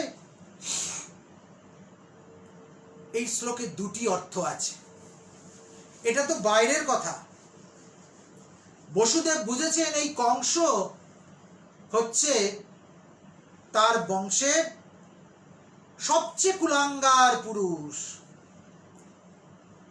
শ্লাঘনীয় গুণ সুরৈ ভবান ভোজ যশস্কর, বলছে তুমি ভোজ যশস্কর, তোমার জন্য ভোজ বংশের যশ ক্রমশহীন হবে।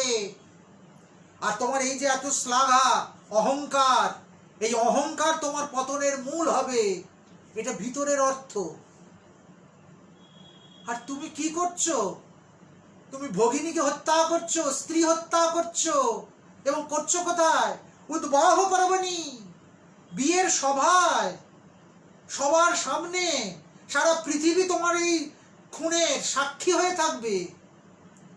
মাথা মোটা কংস, যাদেরই রাগ বেশি, তেজ বেশি, অহংকার বেশি, শাস্ত্র বলছে তাদেরই বুদ্ধির দৌড় কম। কংসের ভেতরের অর্থ বুঝতে পারলো না, সে বলল তাই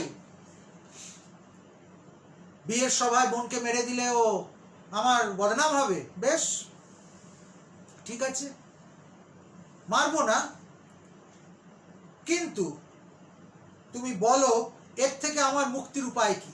বসুদেব বললেন, বেশ তো আমি বলছি তোমায়, তোমার তো অষ্টম গর্ভটা নিয়ে এত প্রবলেম, অষ্টম গর্ভের সন্তান তোমায় মারবে, আমি নিজে কথা দিচ্ছি অষ্টম গর্ভের সন্তান যেই হবে আমি তোমার হাতে সমর্পণ করে দেবো, তোমার হাতে সঁপে দেব।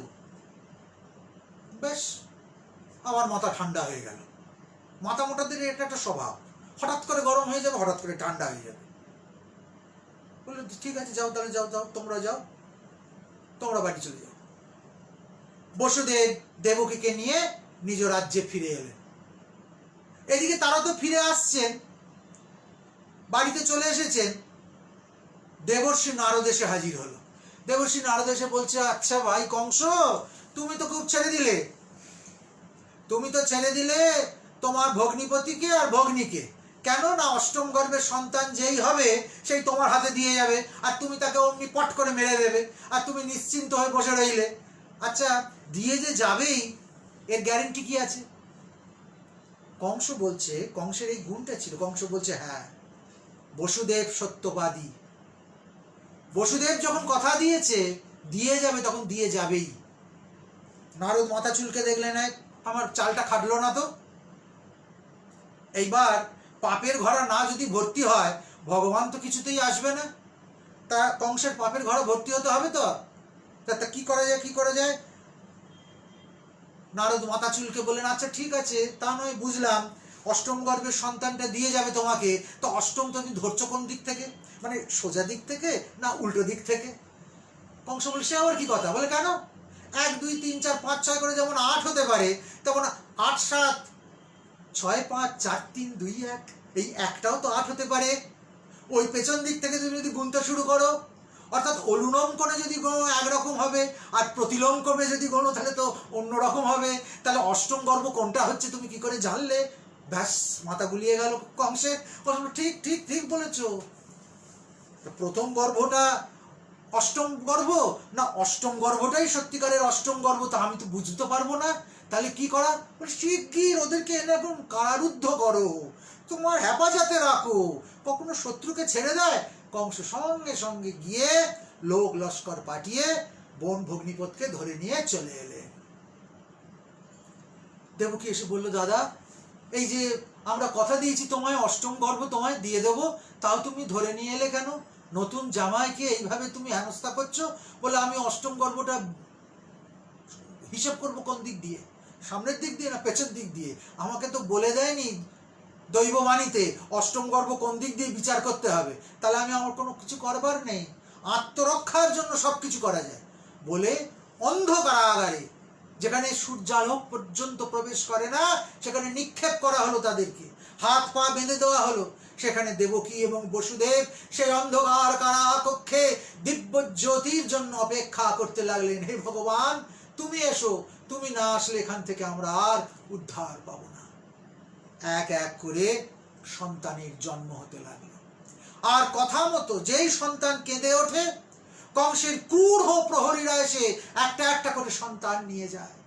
সন্তানের মুখও দেখতে পায় না, অসহায় পিতা, অসহায় মা। অন্ধকারে প্রদীপও তো জ্বেলে দেওয়ার কেউ নেই। তারা হাতড়ে হাতড়ে দেখে কেমন তাদের সন্তান হয়েছে, কেমন তাদের ছেলে হয়েছে। প্রত্যেকটি ছেলে হচ্ছে। আর নিয়ে যাওয়ার পর খানিক বাদেই আর তো চিৎকার শিশু।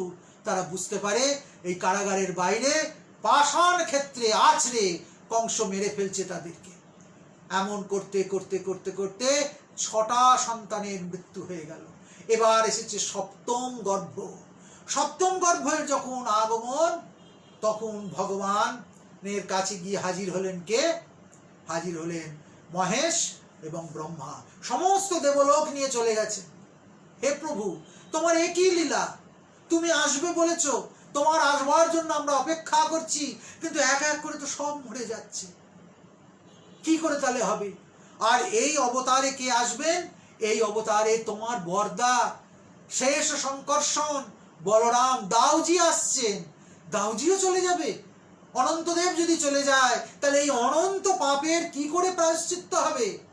ভগবান বললেন, যাও যোগমায়াকে গিয়ে বলো, সে এর ব্যবস্থা করবে। ভগবানের নিজের শক্তি হচ্ছেন যোগমায়া। যোগমায়া সমাশ্রিত। ভগবান যা কিছু করেন যোগমায়ার দ্বারা আশ্রিত হয়ে করেন। যোগমায়া মায়া বিস্তার করেন আর ভগবান সেখানে লীলা করেন। যোগমায়া কি করলেন? সপ্তম গর্ভ হলো। দেবকীর সপ্তম গর্ভ হয়েছে। কিছুদিন পরই সপ্তম পুত্র জন্ম নেবে। যোগমায়া ওই সপ্তম গর্ভের ভেতর থেকে সন্তানকে আকর্ষণ করে নিলেন। আকর্ষণ করে নিয়ে সেই সন্তানকে নিয়ে গিয়ে প্রতিস্থাপন করলেন কোথায়? রোহিণীর গর্ভে। বলরামের মা হচ্ছে রোহিণী, তার গর্ভে স্থাপন করলেন। আমরা এখন অ্যাডপ্টেড চাইল্ড দেখি, আমরা এখন সারগট মাদার দেখি, গর্ভ ভাড়া দেয় মায়েরা, অন্য পুরুষ অন্য স্ত্রীর বীজ নিয়ে এসে গর্ভ ভাড়া দিয়েছে যে মা, তার গর্ভের মধ্যে ফরমেশন করা হয়, সন্তানের জন্ম হয়। জন্মাবার পর সে কিছু টাকা পেয়ে যায়, সেই সন্তান চলে যায় তার মা বাবার কাছে, যারা বীজ দান করেছিল তাদের কাছে। আজ থেকে কত হাজার বছর আগে লেখা এই শ্রীমদ্ ভাগবত, দেখুন সেইখানে আইডিয়া রয়েছে। এই সারগট বেবি বলরাম আকর্ষণ করে রোহিণীর গর্ভে স্থাপন করে দেওয়া হলো। রোহিণী একটি সন্তানের জন্ম দিলেন। ফর্সা ধপধপ করছে, হৃষ্ট পুষ্ট শেষশায়ী বলদেব অবতীর্ণ হলেন। তারপর এলো সেই প্রতীক্ষিত অষ্টম গর্ভ। এইখানে দুটি কথা আছে, যার জন্য আমাদের কথা বিস্তার। আজকে আমরা কৃষ্ণ জন্ম কথা শুনছি, আমরা কৃষ্ণ জন্ম কথা শুনতে শুনতে আনন্দ করছি সারা রাত। আজকে মন্দিরে মন্দিরে ভগবানের নাম যশ কীর্তন হবে, অভিষেক হবে, পূজন হবে, ভক্তরা তাকে নিয়ে কত আনন্দ করবে। হাতি ঘোড়া পাল কি, জয় কানাইহা লাল কি বলবে। কিন্তু আজকে আরেকজন জন্মগ্রহণ করেছিলেন, যিনি জন্মেছিলেন বলে ভগবান এবং তার 14 পুরুষ নিয়ে এই লীলা করতে পেরেছেন। তাকে আমরা ভুলে গেছি। তিনি কে? তিনি যোগমায়া, তিনি মহামায়া, তিনি মা দুর্গা। আজকে দুপুরে তার জন্ম হয়েছে। সেই জন্য এই কৃষ্ণ জন্মাষ্টমীর দিন বনেদি বাড়িতে বাঙালিরা আগে কাঠাম পুজো করত। দুর্গা পূজার সূত্রপাত হতো আজ থেকে। আজ থেকেই দিকে দিকে ঢাকের বাদ্যি শোনা যেত। আজকের দিন থেকেই চণ্ডী পাঠ শুরু হয়ে যেত। আজকের দিন থেকেই দুর্গা পূজার জন্য ফুলদমে প্রস্তুতি শুরু হতো। এই তিথি অতি মাহাত্ম্যপূর্ণ। এই তিথিতে আজকের এই কৃষ্ণ জন্মাষ্টমীর দুপুরে মাঝখানে যমুনা, একদিকে মথুরা নগরী আর অন্যদিকে গোপপল্লী। সেই গোপপল্লীতে নন্দগোপের গৃহে যশোদার গর্ভে একটি মেয়ে জন্মালো। নন্দগোপ গৃহে জাতা যশোদা গর্ভ সম্ভূতা। চণ্ডীতে যাকে স্তব করা হয়েছে, নন্দগোপের গৃহে হে মা তুমি জন্মেছ, তুমি যশোদা গর্ভ সম্ভূতা। আজকে দুপুরে তিনি আবির্ভূত হলেন। যশোদা এই নবজাতিকাকে দেখে আনন্দে আটখানা হয়ে গেল। নন্দগৃহে আনন্দের হুল্লোড় পড়ে গেল। যমুনার একদিকে নন্দগৃহে আনন্দ হচ্ছে, মেয়ে জন্মেছে, আর আরেক দিকে কংসের কারাগারে চলেছে তখন অভিবন্দনা। শাস্ত্রে এত রকম স্তব টব আছে, দেবতারা সামনে এসেছে স্তব করেছে ভগবানের। দেবতারা বিপদে পড়েছে, মানুষ বিপদে পড়েছে, ঠেলায় পড়ে বাবাজি বলেছে, স্তব ঠপ করে ভগবানকে মানিয়েছে। কিন্তু একবার দেবতারা স্বতঃস্ফূর্ত হয়ে স্তব করেছিলেন, তখন ভগবান আসেননি, ভগবান গর্ভে। একে বলা হয় গর্ভস্তুতি। ভগবান গর্ভে তিনি অবতীর্ণ হবেন, তার আগে সারা অন্ধকার যে কারাগার আলোক জ্যোতিতে ভরে গেল।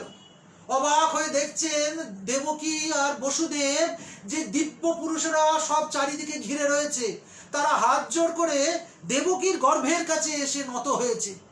কেউ কাঁদছে, কেউ হাসছে, কেউ শঙ্খধ্বনি করছে, তারা স্তব করছে।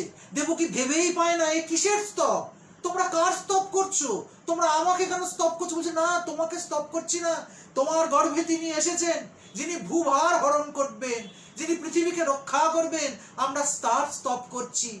আর দেখা যাচ্ছে দেবকীর অঙ্গকান্তি শতগুণে সুন্দর হয়ে উঠেছে। বসুদেব পর্যন্ত অবাক হয়ে দেখছে, তার 8 বারের গর্ভবতী স্ত্রী, তাকে সে এমন প্রেমের নয়নে এর আগে কখনো দেখেনি। শাস্ত্রকার বলছেন, ভাগবতকার বলছেন যে অবাক হয়ে দেখছে যে দেবকীর একই রূপ, এই যে দিব্য ছটা, ভেতরে সেই দিব্য পুরুষ, তার 6টা মায়ের গা ফেটে বেরোচ্ছে। দেবতারা স্তব ঠপ করে চলে গেলেন। তারপর মাঝ রাতে 12টার সময় জন্ম নিল একটি সন্তান। সন্তান জন্ম নেবার সঙ্গে সঙ্গে দেবকী অচৈতন্য হয়ে পড়েছেন। এবারে তার গর্ভশ্রম বড্ড হয়েছে, এবারে তার প্রসব বেদনা অসহনীয় হয়েছে, সে আর পারছে না, সে অজ্ঞান হয়ে গেছে। কিন্তু বসুদেবের তো অজ্ঞান হলে হবে না, তার বুক ধরপড় করছে।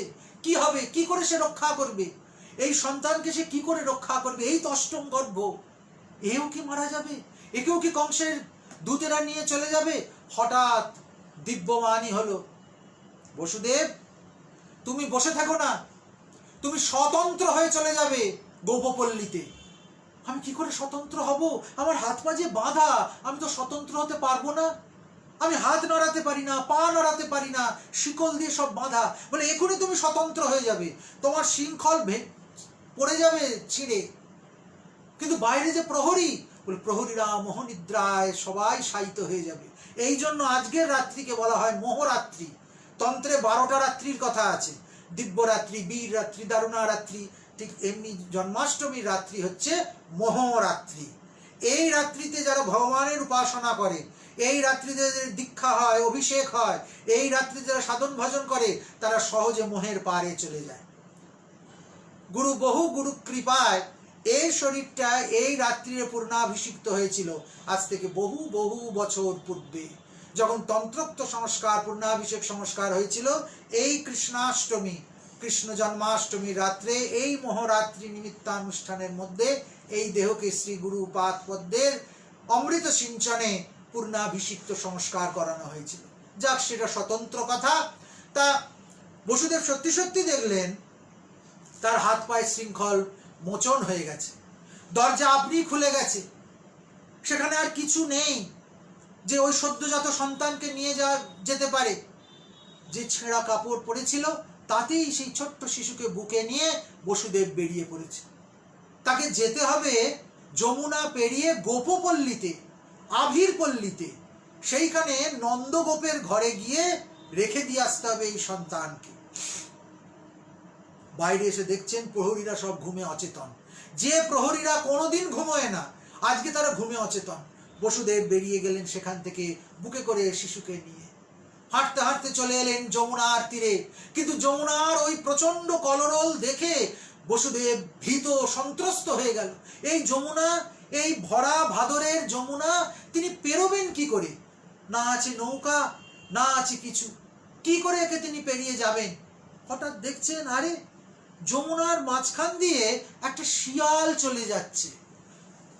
সাক্ষাৎ যোগমায়া শিবারূপ ধারণ করেছেন। মা যখন আবির্ভূতা হন, প্রথম শিবারূপে সাধককে দর্শন দেয়। দেখছে একটা শিয়াল চলে যাচ্ছে, আর শিয়ালের পায়ের অর্ধেকটা জলে ডুবেছে। বসুদেব বলে, বাবা, শিয়ালের যদি এইটুকু জল ডোবে, তাহলে আমার তো কিছু হবে না। তিনি ছেলেকে বুকে আঁকড়ে ধরে ভগবানের গোবিন্দ নাম নিতে নিতে চলে গেলেন যমুনার মধ্যে। কিন্তু যমুনাজি হচ্ছেন শ্রীকৃষ্ণের পত্নী। যমুনা ভাবছে যে স্বামী আমার দুয়ারে এসেছে, এমন বাল ও লীলা করছে, একবার আমাকে স্পর্শ দেবে না? আমি একবার প্রণাম করব না? আমি একবার তার ওই ছোট্ট বাল ও গোপালের চরণ স্পর্শ করতে পারবো না? আমি এত অভাগিনী, আমারই বুকের ওপর দিয়ে তিনি চলে যাবেন সবাইকে কৃপা করতে, আমি কৃপা বঞ্চিত হয়ে থাকবো? সাক্ষাৎ যমুনা এসে হাজির হলেন। আর যমুনা এসে হাজির হতেই যমুনার কলরোল দ্বিগুণ ছাড়িয়ে গেল। যে জল পায়ের পাতা ভিজছিল না, বসুদেব এখন দেখছে মাথার উপর দিয়ে তার ঢেউ চলে যাচ্ছে। এ কি সর্বনাশ হলো! মাঝখানে যমুনায় এসে দেখছেন যমুনার জলে আর দাঁড়িয়ে থাকতে পারছেন না, বিভ্রান্ত হয়ে গেলেন। এবং এমন যমুনার বেগ এলো, সেই বেগে হাত থেকে স্খলিত হয়ে শিশু পড়ে গেল জলের মধ্যে। হাউ হাউ করে কেঁদে উঠলেন বসুদেব যে আমি এত কষ্টে যাকে নিয়ে আসলাম কংসের রক্তচক্ষু এড়িয়ে, সে যমুনার জলে চিরদিনের মতো ভেসে চলে গেল। যমুনাজি স্বামীকে বন্দনা করলেন। পাদ বন্দনা শেষে বাল গোপাল বলল, যমুনা, এই অবতারে আমি তোমার সেবা নেবার জন্য আসিনি, তুমি আমায় ছেড়ে দাও, তুমি নিত্য বৈকুণ্ঠে আমার সহযোগী, আমার অনেক বড় কর্তব্য আছে, আমি সেইখানে যাচ্ছি, তুমি আমাকে আর আটকে রেখো না। যমুনাজি তখন একটি ঝুড়ির মধ্যে করে তাকে দিয়ে ভাসিয়ে দিলেন উপরে। কিন্তু শুরু হয়েছে প্রচন্ড বৃষ্টি। বরুণদেব বলছেন যমুনা তাকে স্পর্শ করে ফেললো, দেবতারা তার স্তুতি করে ফেললো, আর আমি কি তাহলে ছাগলের তৃতীয় সন্তান? তা আমি ভগবানের কোনো সেবায় লাগবো না? তিনি অঝরঝরে ঝরতে শুরু করলেন, আমি তোমার সারা শরীর ভিজিয়ে দেব, তোমার প্রথম অভিষেক আমি করব, দিব্য বাড়িতে তোমার অভিষেক হবে। বরুণদেবকে কেউ মানাতে পারছেন না। শেষে কি হবে? অনন্তদেব এসে হাজির হলেন। সাগর ছেড়ে অনন্তদেব তার সহস্র ফণা বিস্তার করলেন, সহস্র ফণার ওপর অভিষেকের জল পড়তে লাগলো, দিব্য গঙ্গা বহে যেতে লাগলো, আর তার মাঝখান দিয়ে মাথায় ঝুড়িতে করে নিয়ে শিশু সন্তানকে বসুদেব এসে হাজির হলেন নন্দগোপের বাড়ি। নন্দগোপের দুপুরে কন্যা হয়েছে, সারাদিন অনেক লোকজন এসছে, সব দেখাশুনো হয়েছে, হই হল্লা হয়েছে, সব অচেতন হয়ে শুয়ে পড়েছে। আর সেই সময় দরজা টরজা দিয়ে তালা ঠালা লাগিয়ে এসব কোনো ব্যবস্থা ছিল না, ঘর খোলাই পড়ে রয়েছে, প্রসূতির ঘরে প্রসূতি ছোট্ট শিশু কন্যাকে নিয়ে অঘরে ঘুমোচ্ছে। বসুদেব সেখানে প্রবেশ করলেন, কন্যাকে তুলে নিলেন, বাল গোপালকে সেখানে শুইয়ে দিলেন, কন্যাকে ঝুড়িতে চাপিয়ে আবার ফিরে চলে এলেন। কোথায়? ফিরে চলে এলেন কংসের কারাগারে। কংসের কারাগারে চলে আসলেন, দেবকীর কোলের কাছে শুইয়ে দিল এই শিশু কন্যাকে। পরের দিন সকালবেলায় শিশু কন্যা যখন কেঁদে উঠেছে, কংস দৌড়ে এলো, দেবকী হাত জোর করে বলছে, দাদা এবার তো ছেলে হয়নি, মেয়ের থেকে তোমার তো ভয় নেই, একটা শিশু কন্যা, একটা মেয়ে যতই শক্তিশালী হোক সে তোমার সমকক্ষ হবে না, তুমি একে ছেড়ে দাও, দেখো মেয়ে হয়েছে। কংস বলল, না, একে আমি ছাড়বো না, এই অষ্টম গর্ভ। তাকে ধরে নিয়ে গেল, নিয়ে যাবার পর তাকে আছড়ালো পাথরের উপরে, কিন্তু আছড়ানোর সঙ্গে সঙ্গে সেই দিব্য মূর্তি ধারণ করে, অষ্টভুজা, 8খানা হাত, 10 ভুজা নয় কিন্তু আমাদের, অষ্টভুজা মূর্তি ধারণ করে সেই কন্যা দিব্য গগনে প্রকাশিত হয়ে বলল, রে মূর্খ কংস, তুই বলদ্ধত গর্বোদ্ধত হয়েছিস, তোমারে বধিবে যে গোকুলে বাড়ি চেষে, তুমি আমাকে হত্যা করতে পারবে না, আর তোমার যে অরি, তোমার যে শত্রু, তাকেও তুমি হত্যা করতে পারবে না, গোকুলে সে বড় হচ্ছে। এই বলে অন্তর্হিত হয়ে কোথায় চলে গেলেন? বিন্ধ্যাচল নিবাসিনী, বিন্ধ্য পর্বতে। কাশী থেকে খানিক দূরে বিন্ধ্য পর্বত, সেইখানে অষ্টভুজী মা আছেন, যেখানে কংস আছাড় দিয়েছিল সেই মন্দিরে এখনো মা অষ্টভুজী আছেন, সেইখানে চলে গেলেন। এইখানে আমাদের দুটি প্রশ্ন। কি প্রশ্ন? এক, আমরা যোগমায়া আবির্ভাব ভুলে গেছি, আজকে দুপুরে যে তিনি আবির্ভূত হয়েছেন তার উৎসব আমরা কোথাও পালন করি না। যোগমায়া জয়ন্তী আমাদের প্রত্যেকের পালন করা উচিত, তা করি না। আর দ্বিতীয় প্রশ্ন, কংস আছড়ে মারতে গেল আর মেয়েটা ফসকে উড়ে চলে গেল, এটা গল্পে মেনে নেওয়া যায়, কিন্তু আধুনিক মনন কি তাকে মেনে নিতে পারে? পারে না। তাহলে এই যে মেয়েটাকে হত্যা করা হলো, এর পিছনে কিন্তু রয়ে গেছে স্ত্রী হত্যার একটা ইতিহাস। তার চেয়েও বড় কথা, মেয়েটাকে যে পরিবর্তন করে দেওয়া হলো। যশোদা যখন দুপুরবেলা প্রসব করেছিল তখন যশোদা তো জানতো যে আমার মেয়ে হয়েছে, পরের দিন সকালবেলা উঠে যখন সে দেখলো যে তার মেয়ের জায়গায় একটা ছেলে শুয়ে আছে, সে প্রতিবাদ করলো না কেন? এমনকি নন্দগোপ সারা গোকুলে কৃষ্ণ জন্মোৎসব মানালো, লাড্ডু, কচুরি, তালের বড়া বিতরণ করলো। কেন করলো? তার মেয়েটা কোথায় গেল? এই ছেলেটা কে? এর থেকে একটা প্রশ্ন খুব পরিষ্কার হয়ে যায় যে আমাদের পুত্র লালসা, পুত্র আমাদের বংশের প্রদীপ, এটাকে আমরা মেনে নিয়েছি।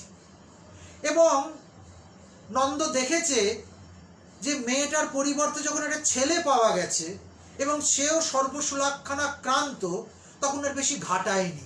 কিংবা এমনও হতে পারে এই পুরো শিশু পরিবর্তনের যে একটা ষড়যন্ত্র বা শিশু পরিবর্তনের যে একটা কর্মসূচি, তার সঙ্গে ইনভলভ ছিল নন্দ নিজেও, যশোদাও ইনভলভ ছিল, যার জন্য তারা চেপে গেছে বিষয়টাকে। দুটো কারণে, রাজরোষ, এখানে খবর পেয়ে যাবে, সঙ্গে সঙ্গে কংসের লোকজন অনুচরেরা চলে আসবে। দ্বিতীয়, মেয়ে গেছে আমরা তার পরিবর্তে একটা ছেলে পেয়ে গেছি। এমন কিছু সামাজিক অনুষঙ্গ কৃষ্ণ জন্ম বৃত্তান্তের সঙ্গে জড়িয়ে থাকে। ভক্তদের হয়তো এই কথা শুনতে খুব ভালো লাগবে না, কিন্তু তবু এটাও অন্বেষণের বিষয়। আমাদের পুরুষতান্ত্রিক সমাজের কোনো একটা নিদর্শন হয়তো কৃষ্ণ জন্ম বৃত্তান্তের মধ্যে কোথাও প্রচ্ছন্ন থেকে গেছে। যাই হোক, আজকে সেই পবিত্র কৃষ্ণ জন্মাষ্টমী, যোগমায়া অষ্টমী, যোগমায়ার জন্ম জয়ন্তী। আজকে পরাপ্রকৃতি আবির্ভূতা হয়েছেন এই জগতে সমস্ত অশুভকে নাশ করবার জন্য, এবং পরম পুরুষ কৃষ্ণস্তু ভগবান স্বয়ং তিনি এসেছেন।